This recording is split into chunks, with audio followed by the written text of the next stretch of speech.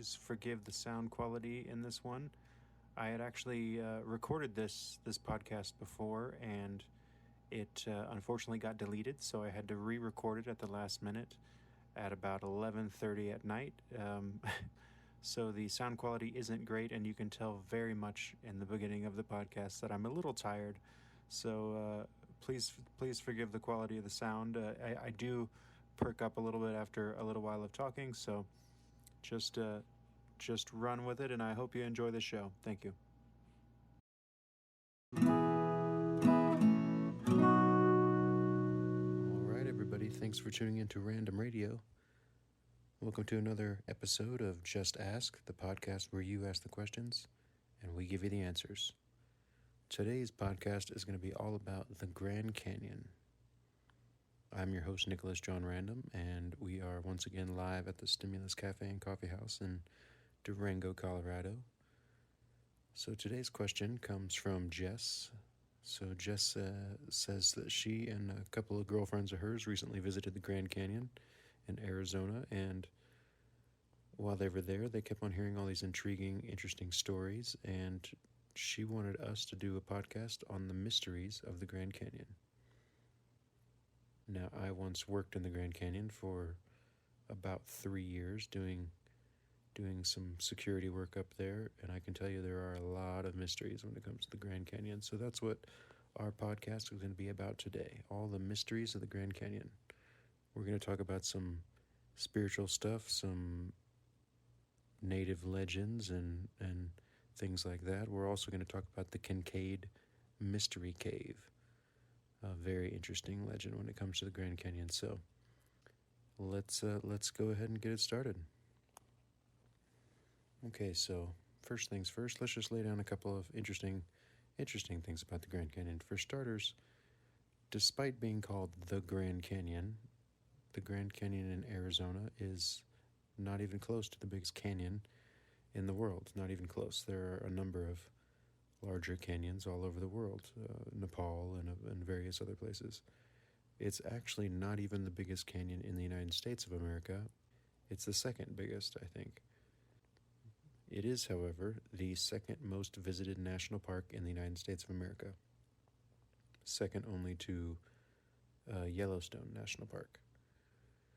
Like I said, I worked there for about 3 years doing security up there, and I can tell you it's a very, very interesting place. There is a lot of energy, a lot of spiritual energy in the Grand Canyon. Now, there's lots of legends around the Grand Canyon. There are about 11 to 13 Native American tribes who have some sort of connection, we'll say, to the Grand Canyon itself. There are a number of tribes that still live in and around the Grand Canyon and call the Grand Canyon homeland. There's actually a tribe that still lives inside the Grand Canyon, the Havasupai tribe. That's about 200 and so people who still live at the bottom of the Grand Canyon. There's a lot of spiritual lore when it comes to the Grand Canyon for a lot of these tribes. A lot of them believe that the canyon itself is kind of a gateway to the next world. It has to do with life, birth, and death. There are some myths that say, when you die, your soul even travels down the Colorado River itself through the canyon and to the next life. You transcend to the next life through the canyon. So there's a lot of strange or interesting spiritual myths and legends around the canyon itself. Having lived and worked there, I can tell you there's a lot of energy there. Now, I'm going to say this just right off the bat. I would love to do a podcast on ghosts and spirits and ghouls and demons and things like that. But right now we're just going to talk about the Grand Canyon. So I'm going to say a few things about ghosts and spirits and things like that right now, but we're not going to get too deep into it because we can do a whole podcast about that stuff. Right now what I'm going to say is this.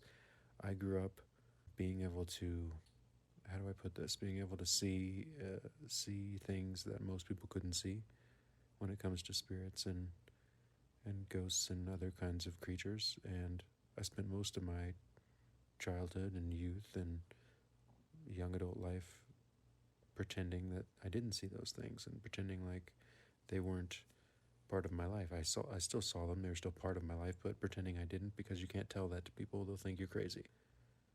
The point is, over the years, I became more intelligent and I learned more about life. And realistically, I think a lot of that stuff is just misinterpreted and misunderstood and can be explained in very scientific ways, whether or not people want to realize that or not.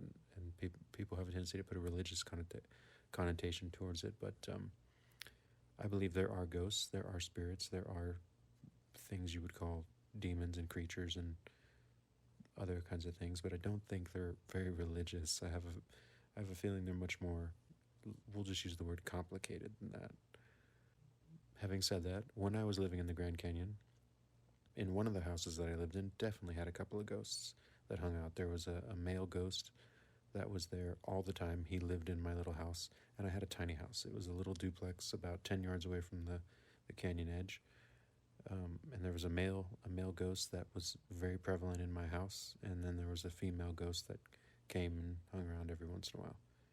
There was a lot of houses that a lot of my friends lived in and worked around that had ghosts and spirits. A lot of interesting stories and experiences when it comes to ghosts around the Grand Canyon. I think people don't realize just how many people have lived and died around the Grand Canyon. First off, like I said, there's about 11-ish tribes who have a connection to the Grand Canyon, which means there have been hundreds and thousands of Native Americans around that area for years and years and years and years and years. And then for the last 150 years or so, there have been white Americans coming and going around, living and dying around the Grand Canyon. And then specifically the last 90, 100 years, it's become a huge tourist attraction. And there have been, again, hundreds and hundreds and hundreds of people coming in and out, going on hikes and getting lost in the canyon and eventually dying, being taken by the wildlife, falling off the edge. I cannot tell you how many people fall off the edge of the Grand Canyon, and the number is a lot higher than they will actually tell you when you work there, or when you go and visit, I should say. People fall off constantly, all the time. And the thing about it is they don't find those bodies until much later, so they can even out the numbers to make it seem like not very many people die in the Grand Canyon, but quite a lot do. They just don't want to decrease their tourism, so they don't tell you that. People from all over the world come there and live and work and die, and it's been that way for hundreds of years. So there's a lot of spiritual energy there. It's also a place that just in general, I've lived and worked around the Four Corners, northern Arizona and southern Utah and Colorado and New Mexico. And the Four Corners region itself is very, very, I've lived all over the country, and the Four Corners region has more spiritual activity, more strange activity than anywhere I've ever lived, for sure, 100%. And the Grand Canyon is definitely part of that. A lot of weird, strange, interesting things happen there. So definitely ghost activity. Like I said, I had a ghost in one of the houses I lived in, who was there all the time. Now, when I lived and worked there, I did security. I was a security person, and I specifically did night security most of the time I was there. I worked at night, so I slept during the day. Now, I had a very, very small house. It was a tiny little house, and I had this ghost driving me crazy. I lived in this small little house, and this ghost was driving me crazy.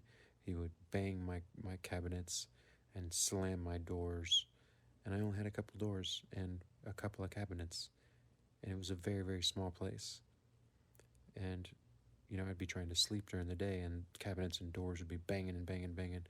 And so this may sound strange to the average person, but believe it or not, seeing apparitions and ghosts and things like that doesn't bother me that much. Like I said, and I don't want to get too into this in this podcast, but I've seen things my entire life. I see things on the regular, and it's just part of my existence in my life. That doesn't bother me. But the slamming of the doors and the cabinets did. It was kind of like, it's like living in a very small place and having a really horrible roommate that's just messing with you all the time. Now, I slept during the day because I worked nights, and this ghost guy would particularly, he would do this on purpose. He would go and start doing that. He wouldn't bother me while I was awake and, eating my dinner and watching TV or anything like that. But right when I try to go to sleep, all of a sudden he'd be just crazy, slamming the door, slamming the cabinets, breaking things. And I remember specifically having a yell conversation with this ghost one time where I was trying to sleep and the cabinets and the doors were slamming again. So I ran out of my room and I just started yelling and yell conversating with this ghost, being basically like, you listen, I don't care. I know you've been here a long, long time, but I'm not like all these other people. It's like, you can stay here as long as you want. I don't care, but you got to quit doing this stuff, or I'm gonna make you get out of this place. And I would have. I know how to deal with spirits and things like that if I need to, but I usually let them do what they want to do. I know they want attention, and that's the reason for what they're doing. But I was like, look, you can stay here. You can do whatever you want to do. This is your place as much as it is mine. But I gotta get some sleep. So quit doing this stuff and let me get some sleep. I won't bother you if you don't bother me. Go about each other's business. And I never had any trouble with him ever again after that. It's hilarious. Really, a lot of times you just have to talk to these things. What is funny is every time I had visitors stay over and sleep at my house, the ghost would bother them. It would never bother me again, but it definitely bothered my visitors. And I'd have somebody sleep and crash on my couch or something like that. And the next day they'd come to me and they're like, "Hey, were you in the kitchen wandering around? Like I saw somebody wandering around in the kitchen. Were you up getting stuff and stuff?" I was like, "Oh no, that's just my ghost." And they would be like, "What?" And I would kind of just laugh it off and joke around with them a little bit. But he always messed with my guests, and it made me laugh because that was, he just wanted attention, and that's what ghosts do a lot of times. They just want attention. They want somebody to acknowledge them, and a lot of times they look for people who are attuned to certain spiritual, being able to see through the veil a little bit, because those people can see them and hear them, and they just want attention. They just want to be acknowledged. Imagine you're wandering around all the time and you can't be seen or heard. They would probably drive you crazy. But so there's definitely ghosts in the Grand Canyon. A number of stuff like that. There's in a number of houses that I went to in the Grand Canyon, there were ghosts, and my friends were always telling me ghost stories. I had one really close friend who she kept having dreams of this one individual who was speaking a foreign language to her in her dreams all the time when she lived in this one house in the canyon, and she never understood. She didn't know what the foreign language was. It was just this creepy guy in her dreams that kept showing up. And one night, her and her roommates had a party, and a couple of us slept over at the party, and we're sleeping on the couch. And I've never been good at sleeping, especially at other people's houses, but I was sleeping on the couch, and she woke up and came out of her room. It was like 1 a.m. She came out of her room, and she went over to the kitchen table and grabbed a piece of paper and a pen and wrote some words down on the piece of paper, and then went back to bed. And the next day, we were all hanging out and, drinking coffee in the morning and stuff like that. And I said, "Hey, how'd you sleep?" or whatever. She's like, "Oh, I didn't sleep. I was having these dreams with that stupid guy or whatever again." And I was like, "I figured you didn't sleep very well because you came out at 1 a.m. and you went and you wrote some stuff down." And she was like, "What?" And I was like, "Yeah, you came and you went out into the kitchen and you wrote some stuff down on a piece of paper." And she's like, "I did? What? That's weird." And then we went and got the piece of paper she wrote some stuff down on. She's like, "I don't remember this. Oh, wait, she's like, "That's right." She's like, "He was saying this stuff again. He was repeating this phrase over and over and over. And again, I didn't know what it meant. So I remember waking up and I went out and I wanted to write it down so I would remember what it was, but I have no idea what this is." And I read it, and we were looking at it, and I'm like, "Yeah, I don't know what that is." But phonetically, maybe it's like, it kind of looks like maybe German or Russian or Ukrainian or something like that. And I was like, "Well, what if we look it up?" I was like, "Let's look up what this phrase is." And And I literally pulled out my phone and we got on Google Translate and we started Googling the words, and several times got nothing. Like I Googled in Russian and it wasn't any words. I Googled in German, wasn't any words. Um, I can't remember what it ended up being. It might have been Ukrainian, but typed in the words, and on one of the countries that I was just looking through, it came out perfectly to a full sentence. And it was something like, "Hello, I'm not here to hurt you," something like that. And it came out to a full sentence when we translated it to the right country. And it was super, super creepy. And there have been a lot of people from all over the world who've come to the Grand Canyon and traveled and hiked and died. And so there is definitely these spirits floating around and doing weird stuff. Definitely a lot of ghost stuff. Now, like I said before, when it comes to the spiritual world, there's all sorts of things out there. There's ghosts, which I believe are kind of like electromagnetic echoes of souls. They're not really alive. They're just echoes of former life. And then there's other things. There's non-corporeal creatures or beings. There's a number of creatures out there that have interesting abilities that people have a tendency to believe are related to spiritual things like demons or angels and things like that. I don't necessarily think they are. I think it's more likely that they're just misunderstood, just not recognized creatures that are in the world that have certain abilities that we just don't quite understand how they work. One of these kinds of creatures is what's known in Native American lore as a skinwalker. Now, skinwalkers are terrible, terrible creatures in Native American lore, but I have personally seen a skinwalker apparition at least 3 times.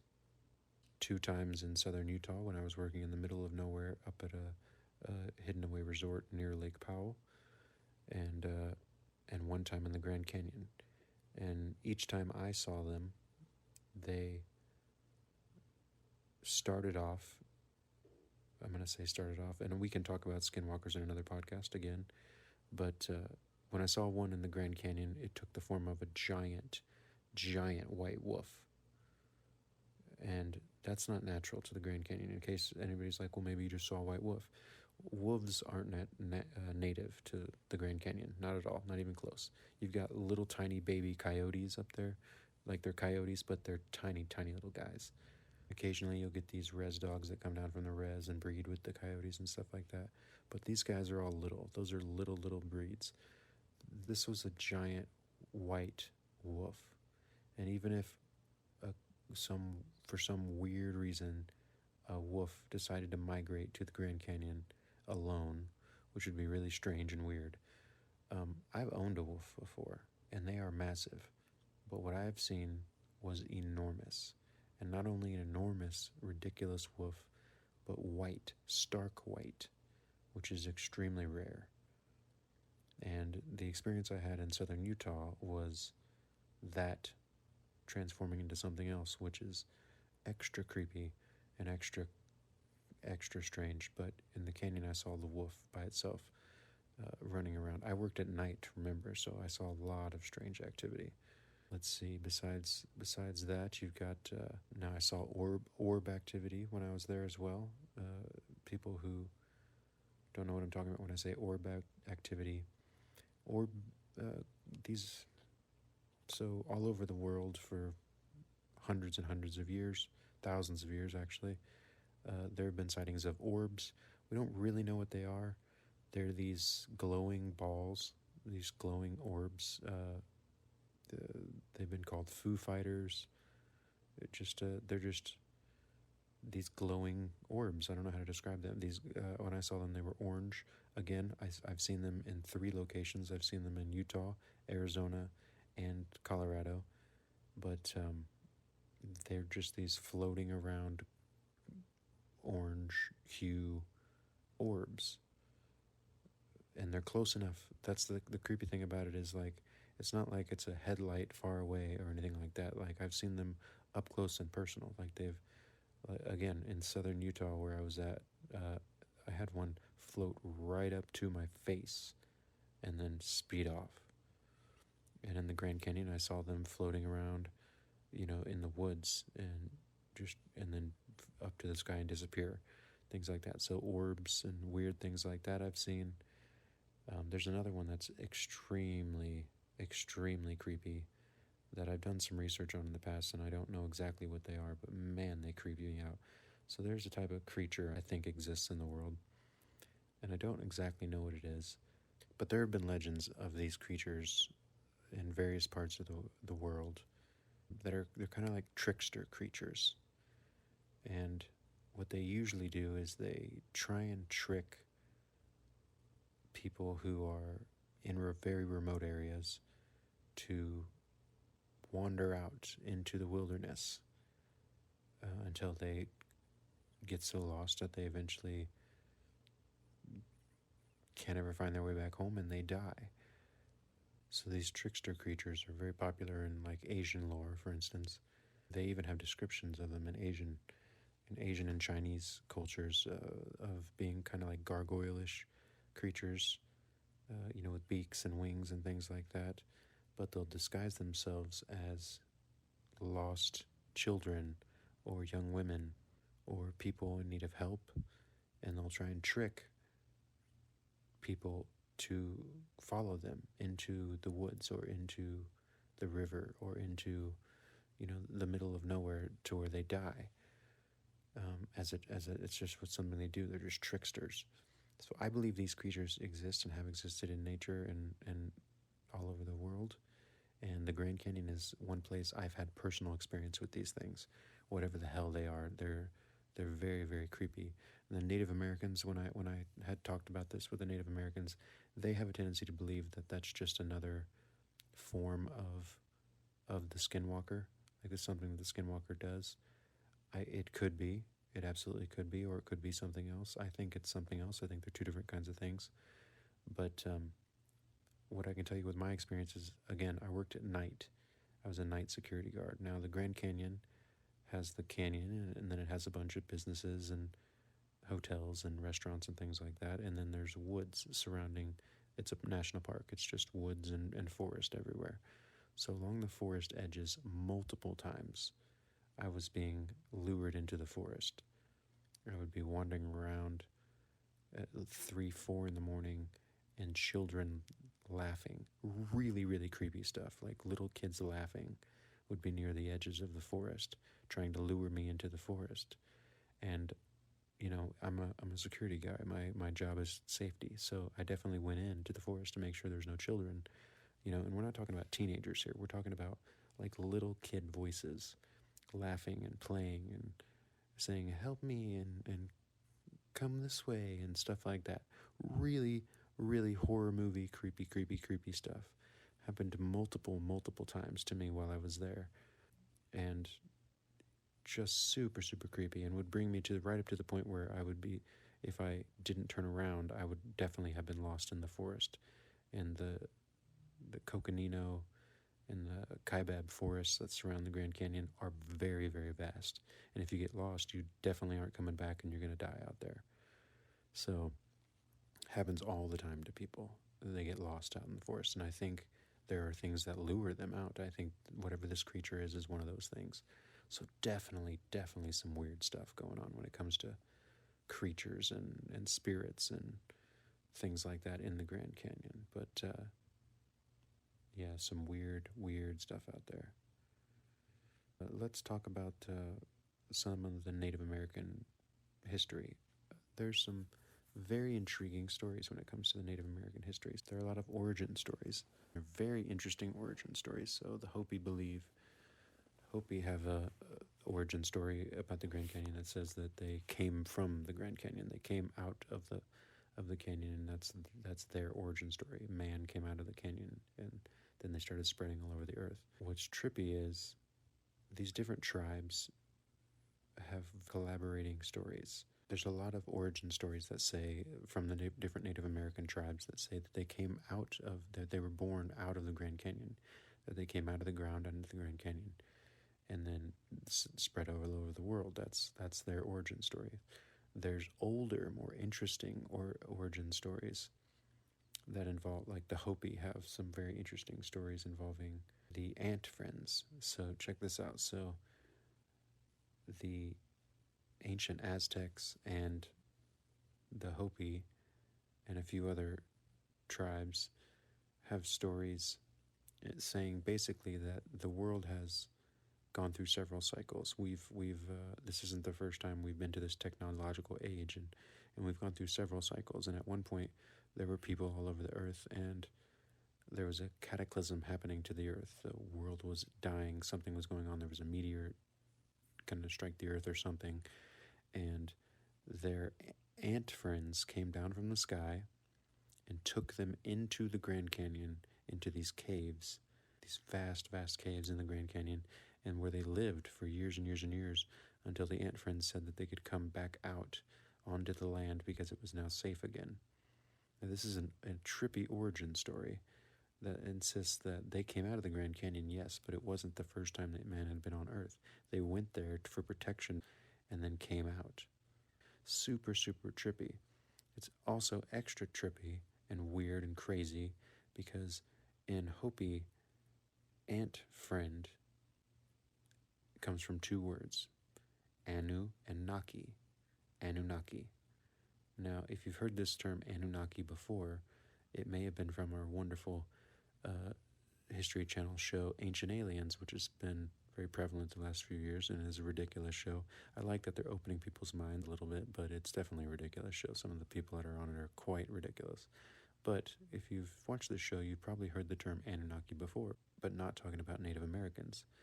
They were most likely talking about the Anunnaki of ancient Sumeria, which were the ancient Sumerian gods and people who ruled over ancient Sumeria as aliens who came down from another universe and planet and created man to mine gold for them. This is an actual story in ancient Sumeria, and it's the same word, Anunnaki.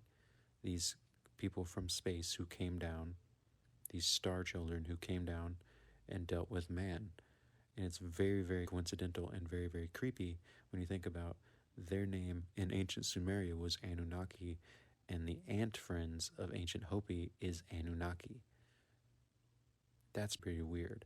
Also, a lot of the old ancient, there's more petroglyphs in the Four Corners region than a lot of other places in America, more preserved petroglyphs on the walls of caves. There's a couple of beautiful petroglyph walls on the canyon walls themselves, like below Horseshoe Bend, which is right below Lake Powell.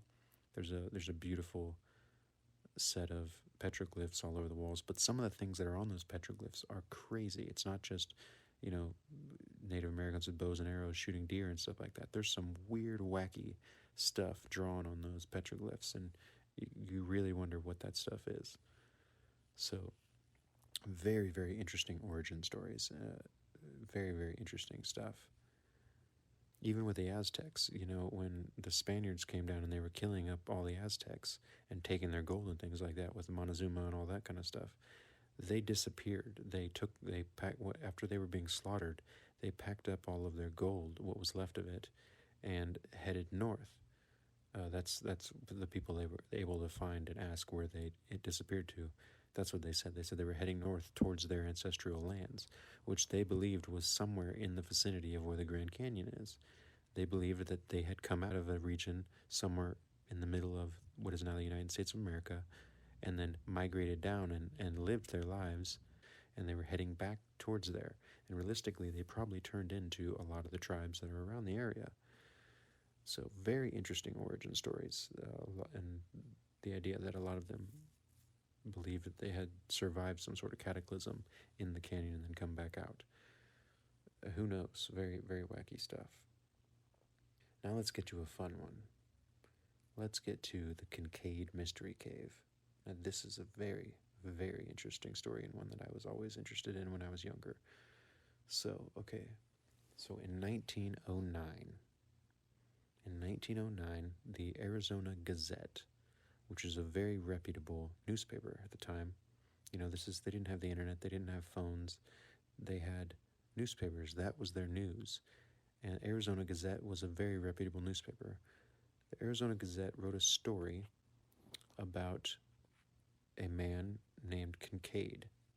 Now, Kincaid, according to the story, worked for the Smithsonian. He had been working for them for about 30 years, and he had been traveling around the Four Corners region looking at different Native American sites and things like that. And he was also looking at the geology of the region. The Grand Canyon has some of the most amazing geology in the country. They still to this day have no idea how old the Grand Canyon is. They can't figure it out. It's quite a big mystery. So he's going around and looking at ancient sites and geology and things like that. And he had a boat, and he decided to. This is all according to the story that was printed in 1909. He took a boat down the Colorado River, and he saw some what he thought were certain types of rocks, red rocks that he was looking for mineral deposits and things like that. And he decided to. He didn't have very much equipment, but he was an experienced, explorer, and he climbed up the side of this canyon wall somewhere close to the Lake Powell Dam. If you've ever been to Lake Powell or Page, a little bit south of that, just a few miles south of that is supposedly where this happened. He's climbing up this canyon wall because he's looking for these mineral deposits, and when he's about 1,400 feet up, he sees these carved into the wall, these steps, and he starts to follow these steps, and they lead him to the mouth of a cave. The mouth of a cave which he couldn't see when he was on the river. He only was able to see once he was up there. And when he got into the cave, what he found was a massive tunnel that led to a big giant chamber, which led to hundreds of different tunnels and rooms. Just hundreds and hundreds of rooms in this weird, elaborate system of caves that was filled with all sorts of crazy, ridiculous stuff. Statues and weapons and jars of old food and seed and things like that. All sorts of crazy stuff was in this cave. And more importantly, there was hieroglyphics and what he described as statues that looked similar to Buddha statues. Some very, very interesting stuff. He said there was what looked like a lot of Oriental or Egyptian things in there. All sorts of wacky stuff. So Kincaid supposedly then took what he could hold, climbed back down, got to his boat, went down the rest of the way down the river. When he got out, he immediately wrote a letter requesting a team of about 30 men to come explore this cave, what he thought would be the biggest find in history for Americans. I mean, crazy cave with all sorts of amazing wonders in there. Absolutely, it would be. So he mailed this letter along with all the artifacts that he had found, and then talked to somebody with the Arizona Gazette and said that there was going to be this team coming out to explore it. Well, after that, we never heard of Kincaid again. And anytime anybody ever tried to contact the Smithsonian, which multiple people did, tried to contact the Smithsonian, checking out what was going on in this amazing cave after they printed this article, they never got anything back. And the Smithsonian eventually said, "We've never heard of Kincaid. He's never worked for us ever, and there's absolutely nothing in the Grand Canyon worth looking for. There's no mystery cave." Now, here's the question. Did the Arizona Gazette just make up this crazy story? Was it a made-up story? They were a reputable newspaper at the time, and it would be very, very strange for them to just print this made-up fluff piece to get extra issues, but could they have? Absolutely. Maybe they did. Maybe Kincaid lied and fabricated all this stuff. But generally, when a newspaper finds out that somebody's lied about a story or fabricated it, they print a retraction. They never printed a retraction for this. It was simply washed under the rug, and nobody ever really talked about it again. Now, a lot of people believe that Kincaid's cave was a real place that really was there, filled with all sorts of amazing wonders, and that the government decided to sweep it under the rug and get rid of Kincaid so that they could commandeer the area and all the treasures inside. If this sounds far-fetched to you, like, why would the government do that kind of thing? Why would they ever want to steal treasures and stuff and not tell us what's going on with history? The government does this all the time. It's extremely common. I can give you a number of examples. I used to live in Pensacola, Florida. Pensacola Beach, Florida, the Santa Rosa Islands, Gulf Islands. They're a national park now. They didn't used to be a national park. A long, long time ago, those islands were actually a pirate kingdom. There was a great pirate by the name of Billy Bowlegs who had a pirate empire on those islands, and he would go over to Louisiana and places around the Gulf Coast and rob and pillage, and he stole so much treasure, so much treasure, and he would bring it back to his fortress on the Gulf Islands and around Pensacola Beach and what is now Fort Pickens, an old military base. He had a fort there. It was his fort before it was Fort Pickens, his little base. Eventually, he's a pirate, so eventually his life caught up to him, and his ship was sunken off the coast. He had a lot of gold on his ship, but it was estimated to be about a third of the gold and treasure that he had stolen during all this time. And the military believed that, which was very common at the time, that he buried his gold on the islands. It would have made sense. It was very probable. It was what a lot of people did. So what did the military do? They commandeered the islands, and they put up a military base called Fort Pickens. Most people believe that they did this so that they could find the gold and keep it for the United States, for the military. This kind of thing happens all the time. There's also an amazing story that I'd love to get into, but I'll just touch on it now, involving White Sands. There's a military base that you may have heard of called the White Sands missile base, where they test different kinds of missiles out near White Sands, New Mexico. Well, there's a mountain out there called Victoria Mountain that crazy amounts of gold were supposedly found in at one point in time, and shortly after that, the military commandeered the mountain. And even though several people had rights to said gold, they were no longer granted access to the place, and most people believe that's because the government stole that gold. This kind of thing happens a lot. And now when it comes to our story in the Grand Canyon and Kincaid's Cave, there's actually a lot of interesting evidence to support the fact that something was down there, or is down there still, and the government didn't want people to know about it. Let's start with the very beginning.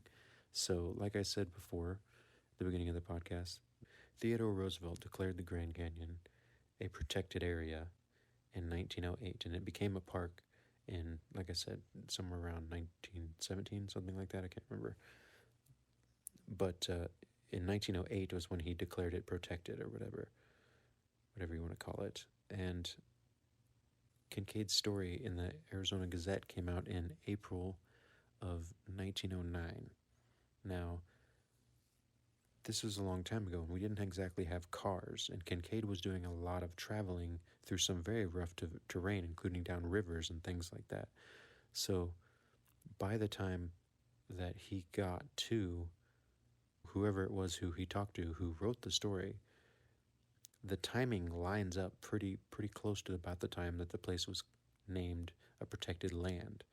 And people think that's a little suspicious, that it was almost that exact same time, around the exact same time that he found this mysterious cave. The government decided they wanted to make it a protected land.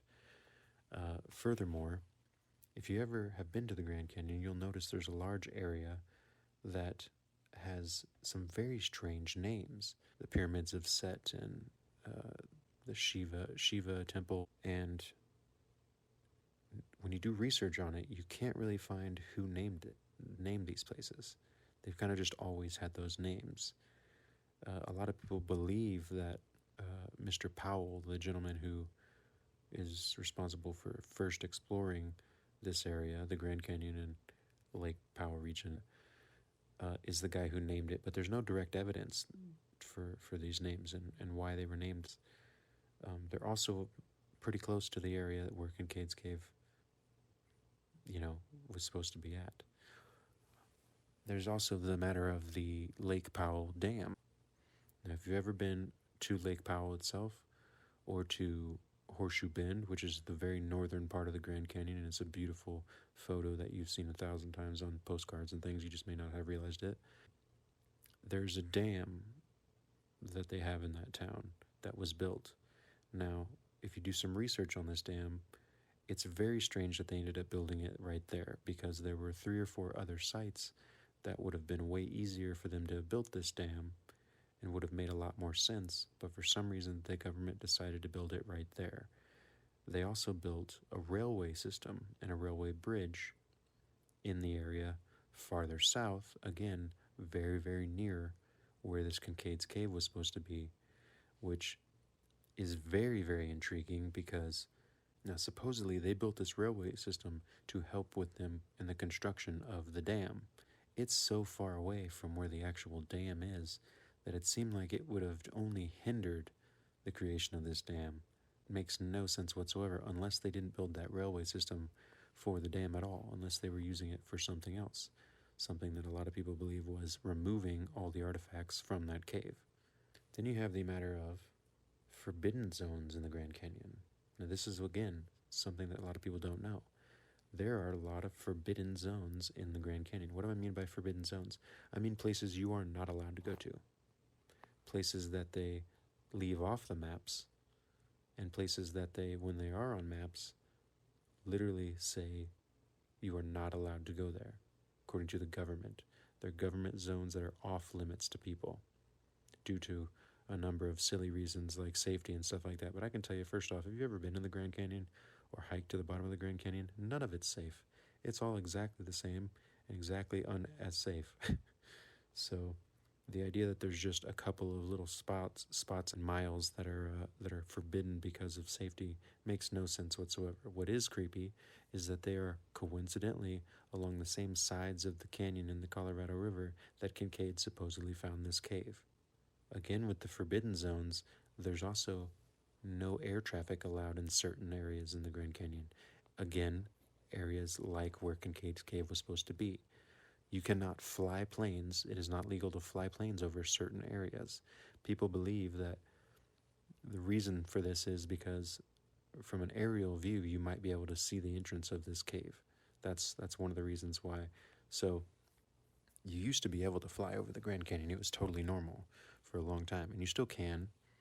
But in the 50s, there was a very strange and kind of weirdly coincidental plane incident that allowed the government to create maps of airways where you can only fly in certain areas now in the Grand Canyon. It used to be you could go back and forth and fly over the Grand Canyon anytime you wanted to. And then in the 50s, somehow, 2 small planes, Cessna size, and I think it was 1954, managed to crash into each other over the Grand Canyon. And after that, the government was like, oh, no, everybody's got to follow these new maps that say you can fly this way and you can fly this way. And they used this as a way to also sneakily say you can't fly over these spots. These particular spots are too dangerous, or we want to preserve the Native American life that's going on here, so you can't fly over these spots. One of the only spots in the country you're not allowed to fly over in a national park. It's very, very suspicious. You're also not allowed to fly drones. No drones are allowed whatsoever. There's a lot of very, very suspicious things when it comes to that area and that region. Do I believe Kincaid's Cave was real? I don't know.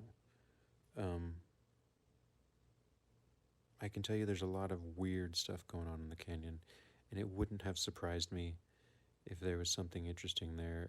There have been similar stories of people on pilgrimages, and there was a story once I read about a gentleman who got lost in the canyon, and after being lost for almost a full day, he found a Native American or I should say a Native American found him, and the Native American took him to what is described as a path that seems very, very similar to Kincaid's story, way up on the cliffside into this cave and scenario, a whole other world with all this crazy stuff. He fed him, he told them the story of their people, and then he took him out and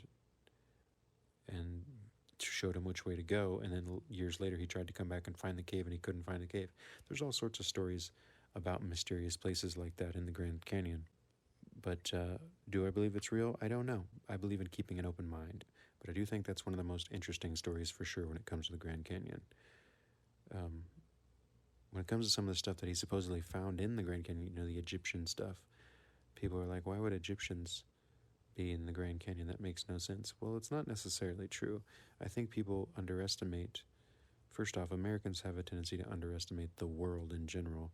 And we have this grand illusion that we were the first ones to ever come to North America, when it's pretty obvious and very much proven now at this point that multiple cultures came here before us. The Egyptians were amazing sailors and went all over the world. People don't have a tendency to know that, but there are, to this day, there are Egyptian things and tombs and mummies and things like that are clearly Egyptian, with Egyptian hieroglyphics found in various places all over the world. There's an Egyptian mummy who was found in Australia, and it's very clearly an Egyptian mummy in an Egyptian tomb. Like, they went all sorts of places. Actually, one of my favorite stories, and again, I'd love to do a whole podcast on this one, is the story of Cleopatra's son. Not very many people know this story, but about Cleopatra's son, named Caesarion. So when the Romans were coming back to take back Egypt for themselves and put it back in Roman control again, and not in Cleopatra's control, Cleopatra knew this. This is why she ended up killing herself. But she also knew that odds are they were going to kill her son, because he was half Roman and half Egyptian, and he was the people were more likely to follow him.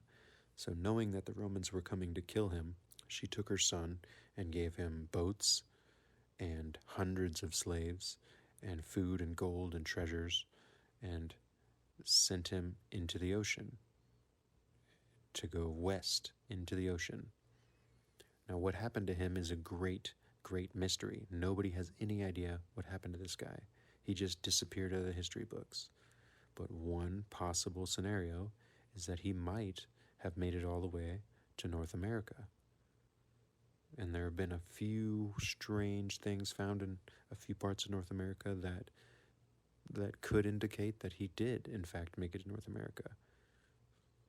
So the possibility of Egyptians in America in the Grand Canyon, it's possible. How likely is it? I don't really know. But you never know. And that's the point of these podcasts, is to let you understand that nobody has any idea. This is all just crazy, wild stuff. The world is a crazy, crazy place. But the Grand Canyon has got a lot of mysteries. And I hope this podcast helped you understand a little bit about some of those Grand Canyon mysteries. But I think that's all we got for today, guys. I think that was pretty good, touching on some of the mysteries of the Grand Canyon.